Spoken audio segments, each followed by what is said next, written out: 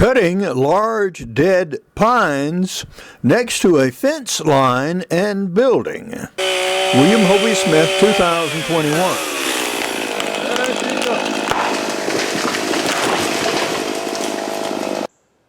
This is Hovey Smith, the backyard sportsman, and we're engaged in some rather delicate work next to a fence line, taking down 7 large pine trees, as well as portions of a dying pecan. And this work has been going on now for 2 days. I've already felled 5 of the smaller pines that were growing in a small clump like this and infested with things like briars and Cherokee rose and sticky stuff, and that was delicate and dangerous work. Now we have this fence to worry about because one of the trees I've yet to fall will hit the branch of our dying pecan and bring that branch down into the fence. Right now, the branch is suspended like this at an angle, and if it fell straight down, it would miss the fence. But unfortunately, as it falls, it goes through this motion, and a portion of the branch will hit the fence. Consequently, I have protected it to a degree by scabbing up some 1x from fence post to fence post to hopefully keep it from doing quite so much damage to the fence wire. But the fence wire can be straightened, but we'd rather not go through that exercise if we can avoid it. I've been cleaning up this small debris from the tops and have my little cart full. The problem trees I'm looking at are fellows like this one.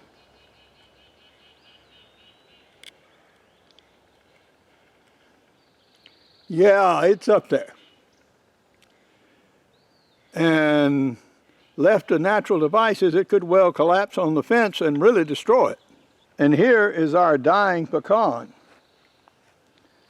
And it's one of the branches leading in this direction that's actually angling such that when it collapses, it will fall against the fence. Yet another tall pine is this one, which, as you see, I do not exaggerate when I call it tall. And when this one falls, it will rake against several limbs of this pecan and very likely bring them down as well. So that's some of the problems we're facing. There can be very variable results with this exercise, and there are so many that the exact results are not predictable. Our little selection of scabbed up board there will offer some protection from strikes from smaller branches, but not really from, of course, entire trees. The pecan tree limbs that are going to be impacted by a falling pine are dead. At any rate, when this pine falls on it, that limb will crack in an unpredictable way. Now, the way to avoid this unpredictability is obviously to have a young guy who can climb up there with a chainsaw and cut it, or hire a bucket truck to come in here and take it down. Well, those are not possibilities for me. So we will depend somewhat on chance and good fortune and try to do our best to see that everything goes correctly. The Echo chainsaw is a more powerful saw than the Stilt that I was using. It also has an 18-inch blade and more aggressive cutting teeth. When this thing wants to go, it will move some wood provided the blade is sharp. Now, I spent about half an hour sharpening the blade this morning, so hopefully we will get good results when we start slinging some oil and cutting some wood.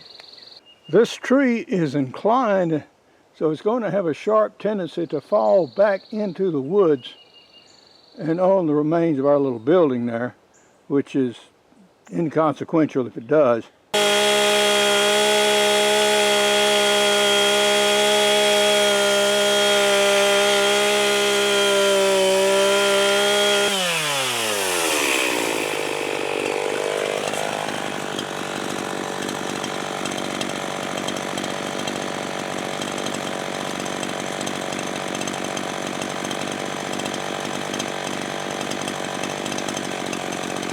Wedge cut.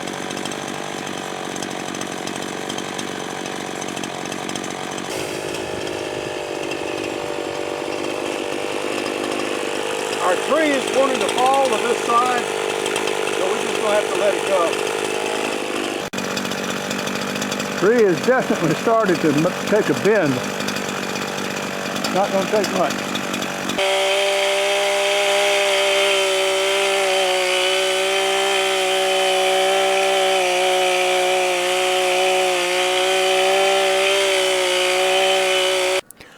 I'm an outdoor author and also have a couple of business books. My most recent title is Make Your Own Job Anytime, Anywhere, at Any Age. In this book, I advocate that you generate your own job ideas and show you exactly how to do that and sort through them. And then start your own businesses as and when you need them.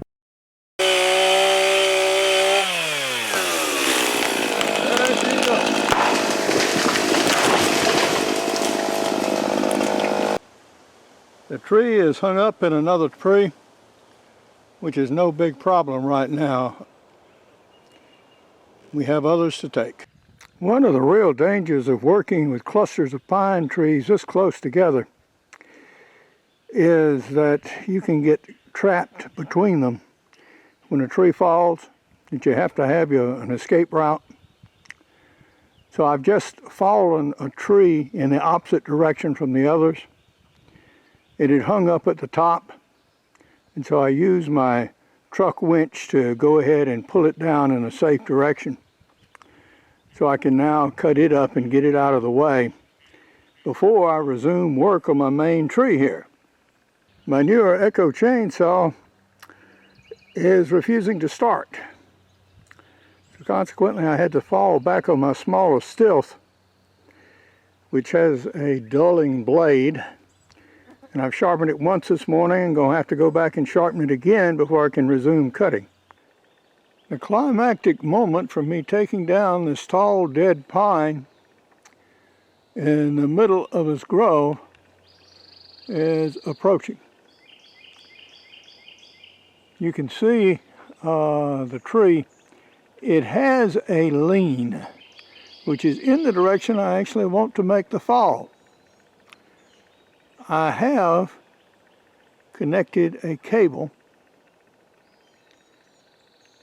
by chain to a large pecan tree connected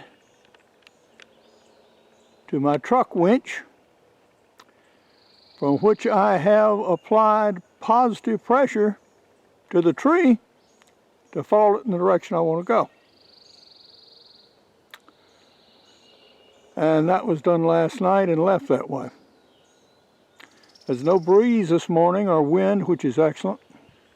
Despite all the clearing, cutting, and hauling I've already done to clean up the work site, there's still not enough room there to swing an axe. I've sharpened my small chainsaw for, I think, the fourth time now, but I don't expect it to be very effective on cutting that tree, judged from previous past performances.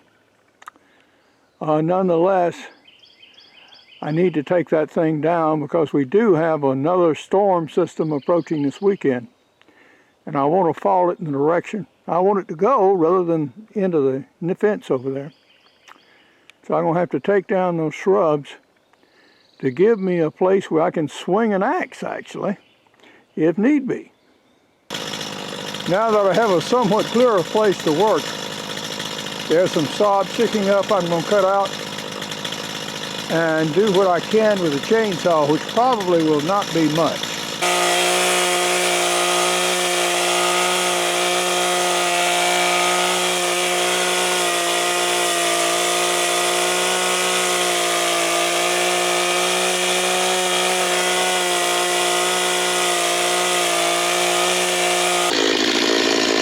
Now with this short blade, I'll cut a little more from the other side. Well, sorry you didn't get to see it happen, guys, but it fell with exactly the planned result. So we now have this big tree down, and we also have some limbs of the pecan tree brought down with it, which was intended. So now I can get rid of those as well.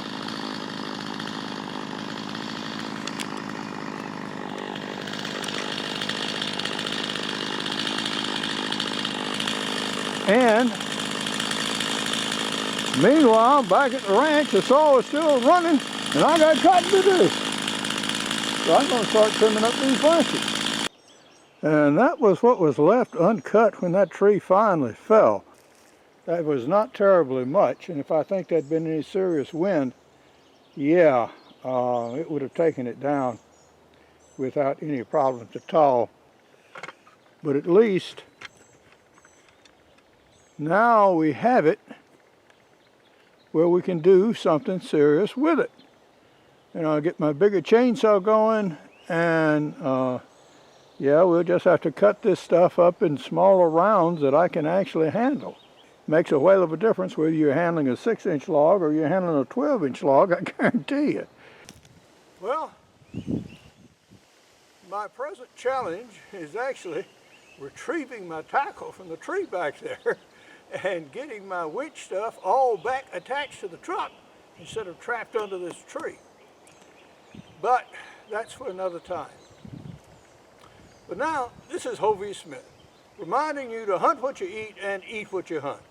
Be legal, be ethical, be safe. Goodbye, God bless, and see you next time. Hiring a crew to come in and take down all these trees would have cost several $1,000s. And as a younger and stronger guy, I could have done this more quickly, but not necessarily any better. Now, this model of Echo saw has a pressure release button that allows for an easier pull start, which was valuable to me, but it developed running problems during the cutting and then quit altogether. So I took it back to the vendor for them to either repair it or replace it. For more information on my books, blogs, and other activities, go to www.hoveysmith.com. To find out more about my business books, go to createyourownjobsecurity.com. To check up on my soon-to-be-released audiobook, Until Death Do You Part, go to followthegrooms.net. Good hunting and good eating from the outdoors. Goodbye, and God bless.